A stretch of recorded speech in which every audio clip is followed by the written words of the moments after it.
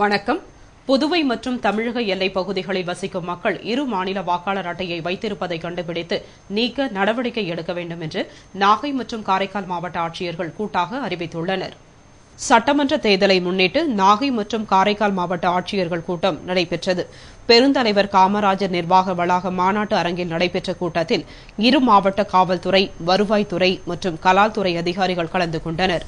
கூட்டத்தில் நாகை மாவட்ட ஆட்சியர் முனியநாதன், காரைக்கால் ஆட்சியர் பிராங்க்லின் லான்தின்குமா ஆகியோர் தலைமை வகித்து இரு மாநில எல்லைகளில் நிலவும் பிரச்சினைகள் மற்றும் மதுபானங்கள் கடத்தலை தடுப்பது, சமூக விரோதிகளால் தேர்தல் பணிகள் பாதிக்காத வண்ணம் இரு மாவட்ட அதிகாரிகள் இணைந்து செயல்படுவது குறித்து ஆலோசனை நடத்தினர்.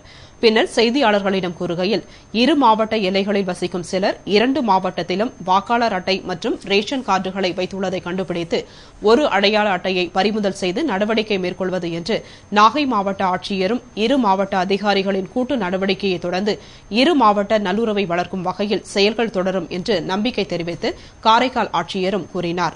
கூட்டத்தில் நாகை மாவட்ட காவல் கண்காணிப்பாளர் சந்தோஷ்குமார், மாவட்ட வருவாய் அதிகாரி ராஜேந்திரன், திருச்சி மண்டல டாஸ்மாக் முதுநிலை மேலாளர் அண்ணாதுரை உள்ளிட்ட அதிகாரிகளும், காரைக்கால் மாவட்டம் சார்பில் மாவட்ட முதுநிலை காவல் கண்காணிப்பாளர் ஸ்ரீகாந்த், காவல் கண்காணிப்பாளர் வெங்கடசாமி உள்ளிட்ட அதிகாரிகளும் கலந்து கொண்டு தங்களது கருத்துக்களை பரிமாறிக்கொண்டனர்.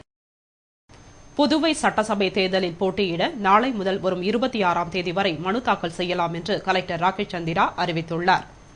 இதுகுறித்து அவர் கூறுகையில், புதுவையில் நாளை 19ஆம் தேதி சனிக்கிழமை காலை 11 மணி முதல் வேட்பு மனுக்களை தாக்கல் செய்யலாம். மறுநாள் ஞாயிற்றுக்கிழமை 20ஆம் தேதி விடுமுறை என்பதால் 21ஆம் தேதி திங்கட்கிழமை முதல் 26ஆம் தேதி அடுத்த சனிக்கிழமை வரை மனுக்களை தாக்கல் செய்யலாம். அன்றைய தினத்தில் மாலை 3 மணி வரை வேட்பு மனுக்கள் பெறப்படும் என்று கூறிய கலெக்டர், 28ஆம் தேதி மனுக்களை பரிசீலனை செய்யப்பட்டு 30ஆம் தேதி வேட்பாளர் இறுதிப்பட்டியல் வெளியிடப்படும். அன்றைய தினத்திலேயே மனுக்களை வாபஸ் பெறலாம். பொது வேட்பாளர்கள் வேட்பு மனுக்கள் தாக்கல் செய்யும் பொழுது 10,000 வைப்புத் தொகையும், தாழ்த்தப்பட்ட வேட்பாளர்கள் 5,000 வைப்புத் தொகையும் செலுத்த வேண்டும். வேட்புமனு தாக்கலின் பொழுது 3 வாகனங்கள் மட்டுமே அனுமதிக்கப்படும். வேட்பாளர் உட்பட 5 பேர் மட்டுமே தேர்தல் நடத்தும் அதிகாரியின் அலுவலகத்திற்குள் மனு தாக்கல் செய்ய அனுமதிக்கப்படுவர் என்று அவர் அறிவித்துள்ளார். தேர்தல் நடத்தை விதிகள் தொடர்பான நிலைக்குழு கூட்டம் கலெக்டர் ராகேஷ் சந்திரா தலைமையில் நடைபெற்றது. இதில் அனைத்துக் கட்சி பிரதிநிதிகள் கலந்து கொண்டனர்.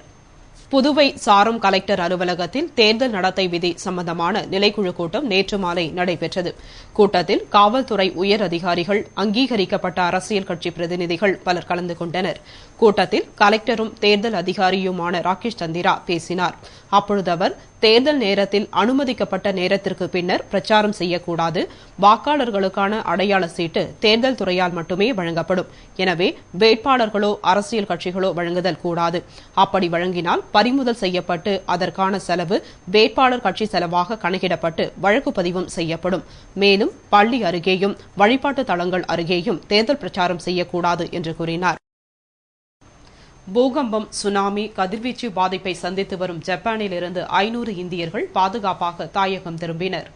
ஜப்பானில் கடந்த 11ஆம் தேதி ஏற்பட்ட பயங்கர பூகம்பம் மற்றும் அதைத் தொடர்ந்து சுனாமியால் வடகிழக்கு மாநிலங்கள் சின்னாபின்னமாகின. மேலும் அங்குள்ள புகுஷிமா அணுமின் நிலையத்தின் அணு உலைகள் அடுத்தடுத்து வெடித்து கதிர்வீச்சு வெளியாகி வருகிறது. இதனால் மக்கள் கடுமையாக பாதிக்கப்பட்டனர். இந்நிலையில் ஜப்பானில் வசிக்கும் வெளிநாட்டினரில் பெரும்பாலானோர் தாயகம் திரும்பி வருகின்றனர். அதேபோல டோக்கியோவிலிருந்து டெல்லி இந்திரா காந்தி விமான நிலையத்திற்கு நேற்று 500 இந்தியர்கள் வந்து சேர்ந்தனர். அவர்களை வரவேற்க அவர்களின் உறவினர்கள் குவிந்திருந்தனர். விளம்பர இடைவேளைக்கு பிறகு செய்திகள் தொடரும்.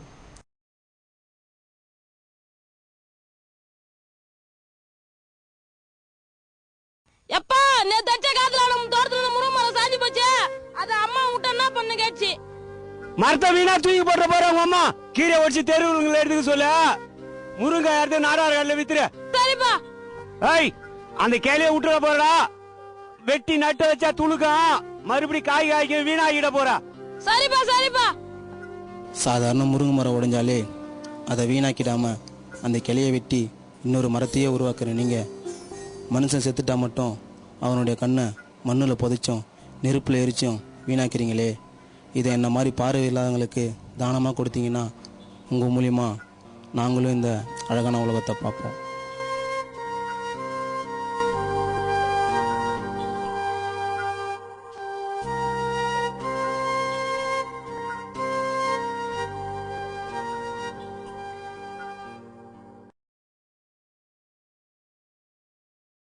செய்திகள் தொடர்கின்றன.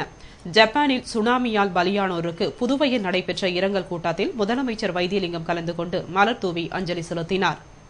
ஜப்பானில் கடந்த 11ஆம் தேதி ஏற்பட்ட நிலநடுக்கம் மற்றும் சுனாமியால் 13,000க்கும் மேற்பட்டோர் பலியாகினர். அவர்களுக்கு இரங்கல் தெரிவிக்கும் கூட்டம் புதுவை பல்நோக்கு சமூக சேவா சங்கம் மற்றும் சான்றோர் மையம் சார்பில் காந்தி சிலை அருகே நடைபெற்றது. கூட்டத்தினை மைய அமைப்பு செயலாளர் சுவாமிநாதன் துவக்கி வைத்தார். முதலமைச்சர் வைத்தியலிங்கம் கலந்து கொண்டு மலர்தூவி அஞ்சலி செலுத்தினார். தொடர்ந்து மைய தலைவரும் முன்னாள் தலைமை செயலருமான சாரி, துணைத் தலைவர் மஜித், PMSS சங்க துணைத் தலைவர் அருளானந்தம் ஆகிய 3 மதத்தினரும் இரங்கல் செய்தி வாசித்தனர். இரங்கல் கூட்டத்தில் முன்னாள் சட்டமன்ற உறுப்பினர் இளங்கோ, தமிழ் சங்க தலைவர் முத்து, பல பள்ளிகளைச் சேர்ந்த மாணவிகள், ஆசிரியர்கள் மற்றும் பொதுமக்கள் கலந்து கொண்டனர். புதுவை அரியாங்குப்பம் கலவரத்திற்கு காரணமான வாலிபர்கள் 2 பேரை SP தெய்வசிகாமணி தலைமையில் போலீசார் கைது செய்தனர். புதுவை அரியாங்குப்பம் கோவில் திருவிழாவில் பெண்களை கேலி செய்த சம்பவத்தை தொடர்ந்து சுப்பையா பகுதியைச் சேர்ந்தவர்களுக்கு இடையே தகராறு ஏற்பட்டது. இந்த தகராறு கலவரமாக மாறியது. இதனால் புதுவையில் பரபரப்பு ஏற்பட்டது. இந்த கலவரத்திற்கு காரணமாக இருந்த வாலிபர்கள் விக்கி மற்றும் கமல்ராஜ் ஆகியோர் மீது பெண்ணை மானபங்கம் படுத்தல் பிரிவின் கீழ், அதாவது 354 பிரிவின் கீழ் வழக்கு பதிவு செய்து SP தெய்வசிகாமணி தலைமையிலான Ariyankuppam inspector Angappan, sub inspector New Tone ஆகியோர் தலைமறைவாக இருந்த விக்கியும் கமல்ராஜையும் தனிப்படை அமைத்து வலைவீசி தேடி வந்தனர். இந்நிலையில் காலாப்பட்டு பகுதியில் 2 வாலிபர்களையும் கைது செய்து நீதிமன்றத்தில் ஆஜர்படுத்தினார்கள். பின்னர் நீதிபதி தாமோதரன் இருவரையும் 15 நாள் காவலில் வைக்கும்படி உத்தரவிட்டார். அதன்படி காலாப்பட்டு மத்திய சிறையில் அடைக்கப்பட்டனர். தொகுதி மறுசீரமைப்பு அமுலாக்கப்பட்ட பின் நடைபெறவுள்ள சட்டசபை தேர்தலில் போட்டியிடுபவர்கள் மாறுபட்ட தொகுதியில் மக்களை சந்திக்கின்றனர். அதன் அடிப்படையில் இந்திரா நகர் தொகுதியை பற்றி காண்போம். பழைய தட்டாஞ்சாவடி தொகுதியை பிரித்து புதியதாக உருவாக்கப்பட்ட தொகுதிகளில் ஒன்றுதான் இந்திரா நகர்.